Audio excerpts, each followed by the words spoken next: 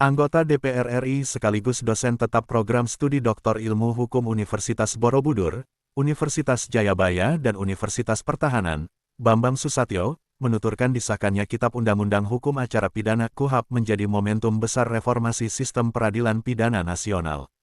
KUHP baru melengkapi keberadaan Kitab Undang-Undang Hukum Pidana (KUHP) yang akan berlaku penuh mulai bulan Januari tahun 2026, dan menjadi dua pilar utama pembaruan hukum pidana Indonesia setelah lebih dari 1 abad terkungkung dalam warisan produk hukum kolonial Belanda.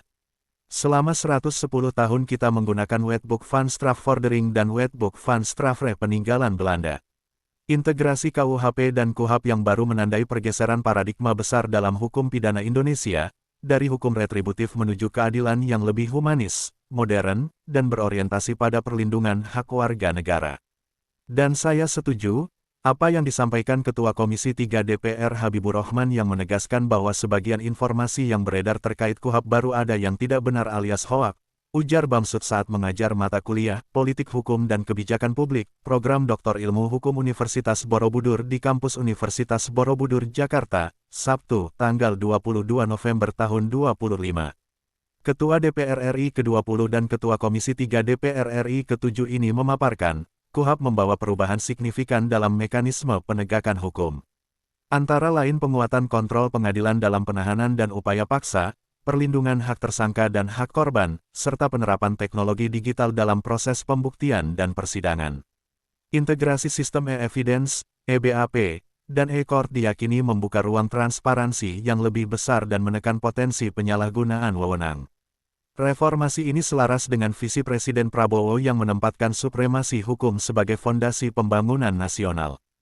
Presiden ingin menghadirkan penegakan hukum modern, terukur, dan akuntabel. KUHP adalah instrumen kunci yang mengawal implementasi KUHP dalam praktik, kata Bamsud.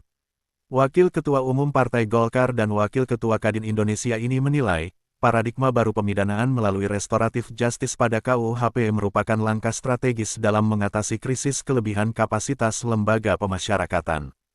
Data Kementerian Imigrasi dan Pemasyarakatan hingga pertengahan tahun 2025 menunjukkan jumlah penghuni lapas mencapai lebih dari 270.000 orang, dengan kapasitas ideal sekitar 135.000, sehingga tingkat kelebihan kapasitas berada pada angka lebih dari 200%.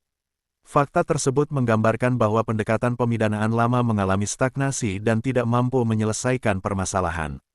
Restoratif justice menawarkan keadilan yang lebih manusiawi dan rasional. Pemulihan sosial jauh lebih bermanfaat daripada menambah penuh penjara. KUHP dan KUHP memberikan arah bagi masa depan pemidanaan yang lebih beradab, jelas Bamsud. Ketua Dewan Pembina Perkumpulan Alumni Doktor Ilmu Hukum Universitas Padjadjaran ini menegaskan pentingnya memastikan setiap pasal substansial dalam KUHP dapat dilaksanakan secara adil, efektif, dan berlandaskan hak asasi melalui mekanisme prosedural yang jelas. KUHP harus menjadi penjaga agar tidak ada penyimpangan dan tidak ada warga negara yang kehilangan keadilan. Selain itu, pelembagaan hukum baru membutuhkan kesiapan SDM dan transformasi kelembagaan. Integrasi sistem data penegakan hukum, pembangunan National Criminal Database, dan modernisasi infrastruktur digital harus menjadi prioritas penting dalam pemerintahan Presiden Prabowo. Undang-undang yang kuat membutuhkan aparat yang kuat dan sistem yang terintegrasi. Perubahan pada KUHP dan KUHP harus diikuti perubahan pada budaya hukum. Kita ingin sistem hukum yang memberi rasa keadilan kepada rakyat, bukan alat menakut-nakuti masyarakat, pungkas Bamsud.